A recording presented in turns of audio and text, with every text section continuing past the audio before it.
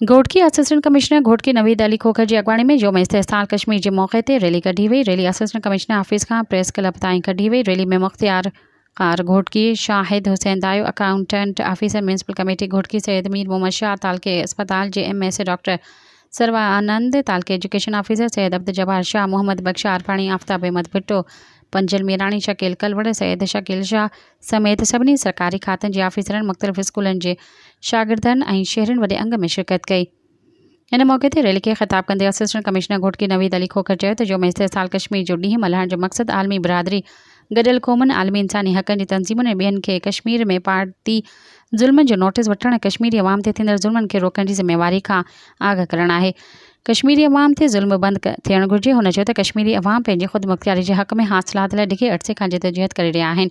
इन मक़सद लाइ कश्मीरी जान ऐं माल जे लिहाज़ खां बेशुमार क़ुर्बानियूं ॾिनियूं आहिनि ऐं 5 अगस्त योम इस्तेहसाल कश्मीर जो ॾींहुं तौरु मल्हाइण जो मक़सदु कश्मीरी भाइरनि जी आज़ादी जदोजहद जी मुकमल हिमायत करणु ऐं गॾियल क़ौमुनि जे करारदादुनि जी रोशनी में वलड़ कश्मीर जे अवाम खे ख़ुदि इरादियत जो हक़ ॾियण ते पुरज़ोर मुतालबो करणु आहे।